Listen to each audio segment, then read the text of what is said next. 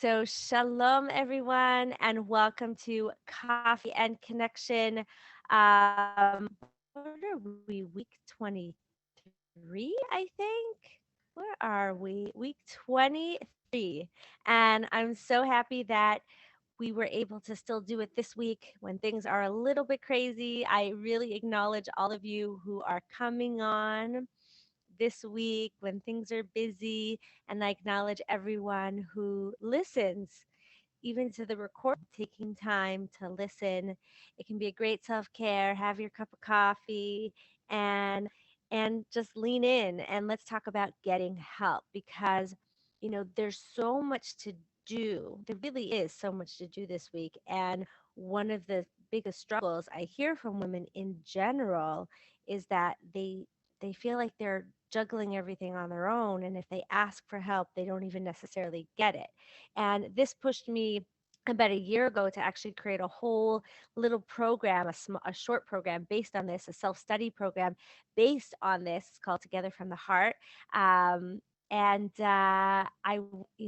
detail as to how to get help, how to ask for help, how to deal with his responses, how to set even ourselves up in the first place. But I want to talk about I think it was two, maybe we'll go into three different things that we can do to get that help. Okay. And I want to start out with some good news. Okay.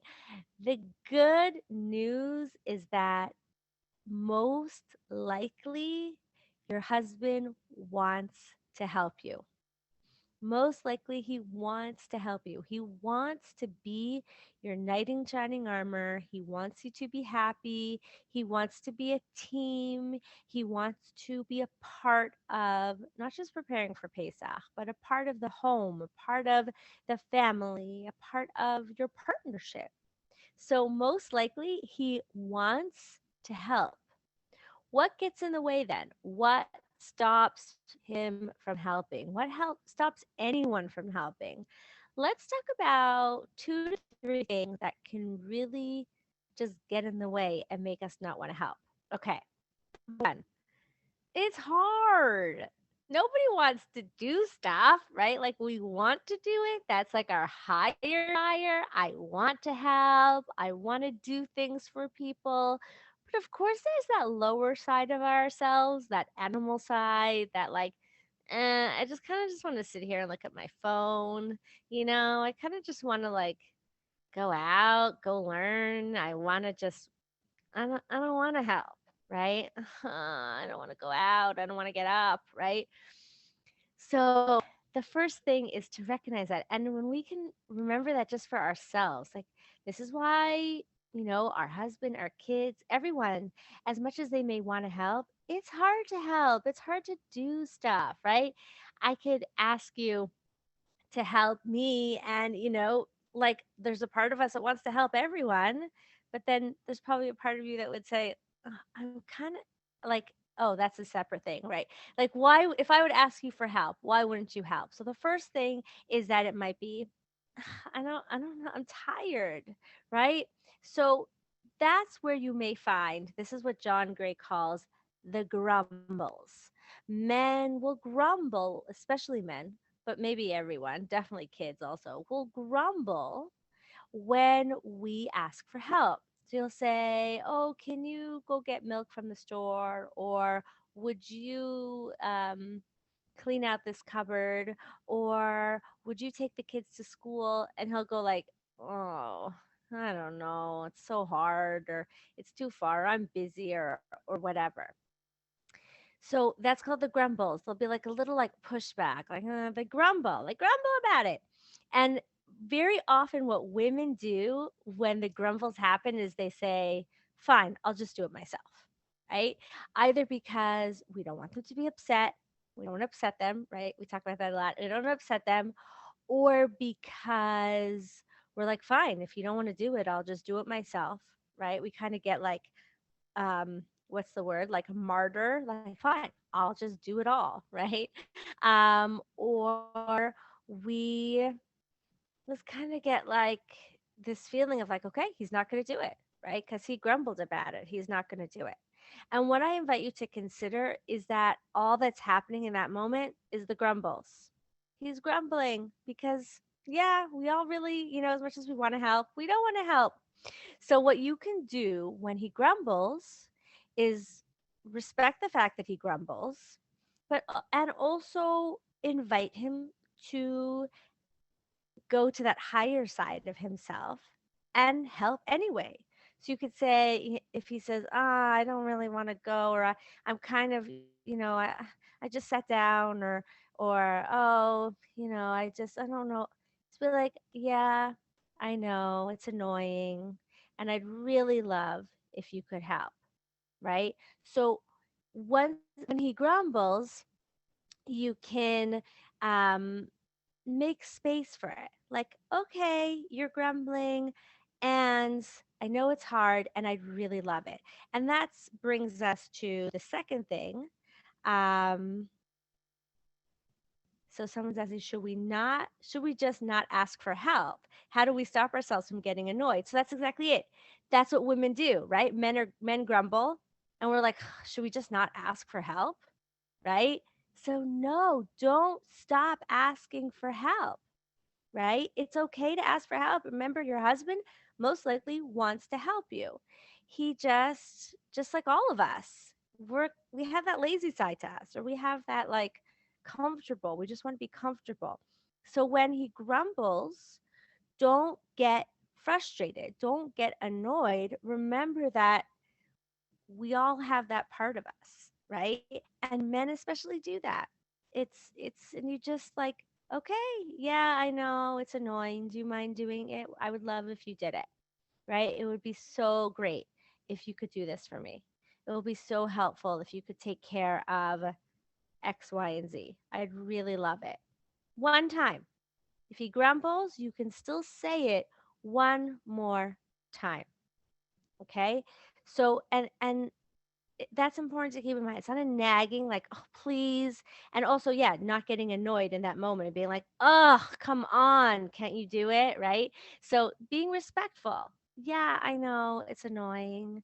Or, yeah, I know it's hard. Or, I know you just sat down, And also, that takes us to the second thing. Why don't people help? Is because if you would ask me right now, Hannah, I really could use some help with, um, I don't know, cleaning for Pesach, or I really need some help shopping, or I need help, talking about something for like hours. As much as I'd want to help, there'd be that really important part of me that would be like, I'm kind of busy. I'm I'm doing like I'm busy. I have my own stuff I have to take care of, right? So there's like that setting boundaries, and it's always important to remember that when we're asking for help, there's a reason we're asking, right? We're asking because we can't do it. Like, or we can, but then we'll be resentful. So let's be honest, we just can't do it. We don't have the time or the energy or the mental capacity or whatever it is. We're asking because we can't on some level. So that means when we ask someone else for help, it might be that they can't. They might be busy. They may not have the energy. They may not know how to do it. They may not have the emotional, physical, mental energy to do it.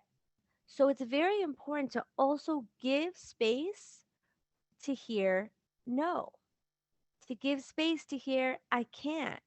Because remember, that's why you're asking for help because you can't. So just like you're respecting yourself and saying, I can't do everything, I need help, it's also important to respect the other person and recognize that they may not be able to help you right now. Okay. And that's why even with the grumbles, you can say it one more time. And then it's really important to respect the no. And the irony, I don't know if it's irony, the crazy thing is that the more you respect and the more you give space to your husband to say no, the more he's gonna be likely to say yes. Because, and this is true, right? We see this so many things that the more someone can say no, the more they'll want to say yes. Why is that true? Because if every time I open my mouth and I say, "Oh, Ellie," right? Or, "Oh, honey," or, "Oh, sweetie, can you?" And he knows when I say that if he says that I'm going to ask him something, and if he says no, I'm going to be like, "Ugh, that jerk," or, "Ugh, like he's so annoying," or, "What's wrong with him?" And I'm going to be mad. So there's a part of him that's already cringing because he feels like he doesn't really have a choice. Either he does something that maybe he can't do, either he says yes, or I get annoyed, right? Or he's a jerk. And this is something my husband has told me, that like no man wants to be a jerk. Men don't want to be jerks. They don't want their to treat their wives that way. But when a woman, no, and when a woman she feels and she makes her husband feel like he is a jerk for saying no, then he feels manipulated. He feels stuck. He feels controlled because he doesn't really have a choice. Either like he has to say yes or she's going to be upset. It doesn't inspire him to want to say yes. It makes him almost dread when she says it. Oh no, what's she going to say? What if I can't do it? Whereas if he knows that it's safe and okay for him to say no, then he can listen and be like, "Can I do that? It's annoying that, you know what? I can do that." And he'll do it. Right. So that's it's so important to give space for the no. And actually, what John Gray describes when he talks about the grumbles is that before you, that even more important, right? Or the way to deal with the grumbles the best is to also make sure that it's safe to say no. It's safe for him to say no. Ask for help. Ask him for more help. Ask him for lots of help. And when he says no, be like, "Okay," right? And yeah, it's annoying. You may not want to do it yourself. And he also likely has stuff he needs to do, or he may not be tired, just like you're tired, right? And again, the more he feels he can say no, the more he's going to want to say yes. The more he's going to be like, "Oh, let me see if I can do that." The more he's going to like overcome his grumbles. Okay. Now, when we're talking about asking for stuff, what can very easily happen is that a woman can start to feel like she's the manager, and that's not very inspiring for men to want to help because no man wants to be managed. Now, here I'm getting a great question, which actually is so good. Why do you have to have it as help? Can't you just ask for it to be done? So you can ask for it to be done, but recognize that as soon as you're asking for it to be done, help is not a bad word. Actually, if it's so interesting. Like if you say, "Yeah, I'm going to the market. Can you pick up the kids?" And that's helping you, right? Because you need to go to the market and the kids need to get picked up, and you can't do both at once. Now, note that there's almost like help as a four-letter word, right? Like there's something negative about the word help. But what if help was a great thing? What if your husband helping you made you both feel good? What if it was like, "Awesome, he helped me?" And that's actually going to be so much more inspiring for him because he wants to make you happy. He wants to help you. He wants to be your knight in shining armor. So when we get all like, "This isn't help," right? You also have to do it. Well, yeah, but in that moment, when you can say, "Wow, thank you so much for doing that," then that's more inspiring to do it. And help doesn't have to mean that it's all on your shoulders and like you're giving it, he's taking it from you as like a gift. It could be that you both see your work together in your family as, 50-50. You both work together. You're both a team, right? You're a team, and as a team, you're helping each other, right? That's how like we can understand that concept of azer connecto. We're each doing our part, which is helping the other because neither of you can do everything yourself. And the more we can see that as like you help me as a good thing, not as a four-letter word, as a gift that someone gave you, even if the gift that they gave you is their responsibility. Well, yeah, but now that you don't have to do it because they did it, right? And it's amazing. Yay, thank you for helping me, right? Um, so he does not want to pick up the kids, but he does want to be amorous. And if I'm exhausted, then he won't be happy about that. Exactly. So he's helping you. He doesn't want you to be exhausted. He doesn't want to pick up the kids, but he wants to have a happy wife. So he's happy to help, right? He's going to his higher side. So when you ask for help, so you could say, yeah, but why is that help? It's also his kids. Yeah, it's also his kids. And when he picks them up, they're also your kids. You don't have to pick them up, right? Just like when I do the laundry, even though that's mostly my responsibility, mostly because I want it to be. I like doing the laundry. Um, I still like when people say thank you, right? I remember the first few times my husband thanked me for doing the laundry. I was like, why are you thanking me? It's my job.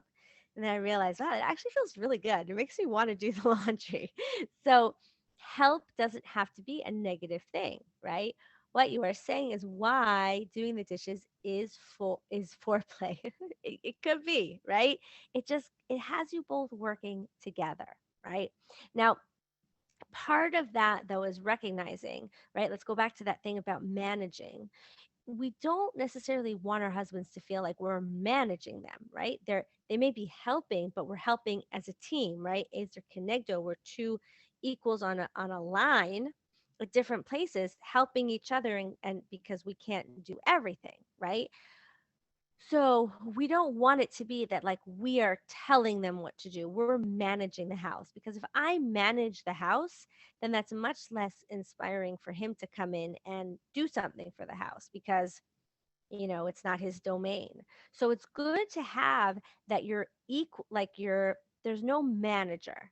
At the same, like, you don't want to be the manager. You don't be telling him what to do. At the same time, it is really great to express desires, to express what it is you want, to let him know the things that could be helpful. Because as much as we would like everyone to be, um, people aren't mind readers, right? No one can read anyone's mind. Our husbands cannot read our mind. We can't read their mind, and so we may think like he should just know to do that. But for whatever reason, he doesn't. Maybe because like you're the one who generally cleans things for Pesach, or does different things in the house, and does the shopping. And so he may need what we can say is direction. He may need direction. He may need you to ask him to do things. But here's what's really important. In order for it not to turn into managing, and this is the third thing that really stops men from helping, is not to tell them how and when to do it, right? You can ask them to do it and then give them the space to do it in their way. Now, let's be honest, that's not always easy, because whenever someone else does something, it's not going to be done the way that we do it. Ever. Ever, ever, ever. So, like, embrace the fact that when someone helps you, there's going to be a part of it that's going to be frustrating, because they're never going to do it exactly the way you want, either exactly when you want it or how you want it, in the exact details that you want it. They can't read your mind. They don't think like you do. It's not going to be exactly the way you want it. So if you want people to help, and you want them to want to help, it's very important to give them the space to do it in their way. Okay, so let's go over the three biggest things that stops men especially from helping. Number one is it's hard. People are naturally, homeostasis. We want to just like sit on the couch and look at our phone. So when your husband grumbles about helping, you can re-express your desire and respect the grumble. Don't give up. Don't say, fine, I'll do it myself. Don't get annoyed. Just know that it's the normal resistance, right? It's resistance. And just make space and repeat yourself once in a little bit of a different way, giving respect to the fact that he may be comfortable. And that brings us to number two, he may be busy. So it's also good to respect the no, right? Because the second reason people don't help, our husbands especially don't help, is because they feel like if they say no, they're going to be a jerk. And that just makes them feel manipulated and controlled. And that's very uninspiring for helping. So make space for the no, remembering that you're saying no to that job right now. So he also saying no. And that's okay. It may be frustrating, but here's also, it's very important to separate between being frustrated at the situation and frustrated at him. It may be frustrating that there's still stuff to do, but that's different than being frustrated at him because just like you can't do it, he may not be able to do it. And respecting that is really important. And number three, the third reason people don't help is because they feel that even if they do it, even if they help, they're going to get told exactly how to do it. They're going to be managed, or they're going to be told they're wrong. It's going to be redone after they do it. So, what's the point? Just do it yourself. So, that's where it's really important to give him space to do it in his way, in his time, and all of that can really help to create a culture where you can ask for help. And I'll just throw in this last part, which is at how you ask. It's always good to ask with a would or a will instead of a could or a can. Okay. It's also it's good to express it as a desire. Would you, as you do it, like either say, I would love if you would, um, and you can also let him know how great it would be for you. And saying thank you afterwards is also really important. So while giving the space to say no, respecting where he's at, and then definitely lots of gratitude afterwards. Okay, so I'm getting another question. How do we stop ourselves from being controlling and raising our voices? So, this is a great question, and I'll address it quickly because definitely is a big thing today, this week in life. um Basically, control and yelling both usually come from a similar place, which is an overwhelmed feeling or a fear, right? We control out of fear and we get overwhelmed out of fear. They're both coming from fear. Let me just quiet this so it doesn't disturb us. Um, they both come from fear, right? So whenever we're in fear, it's important to figure out, okay, what am I scared of right now? What's creating this anxiety or this feel like I need to control the situation? Identify the fear and try to work through the fear. This is definitely a longer topic, but even recognizing I'm in fear is helpful because we know that the fear can create the fear. We don't want to stay in fear. And then shift. I think I did a coffee and connection on this before. I'm trying to remember what it was called. Um, I can't remember, but maybe somebody here will, where we talked about shifting from your fear to your desire. What do I want? And focus on what you want. So I really just want the kitchen cabinet cleaned out.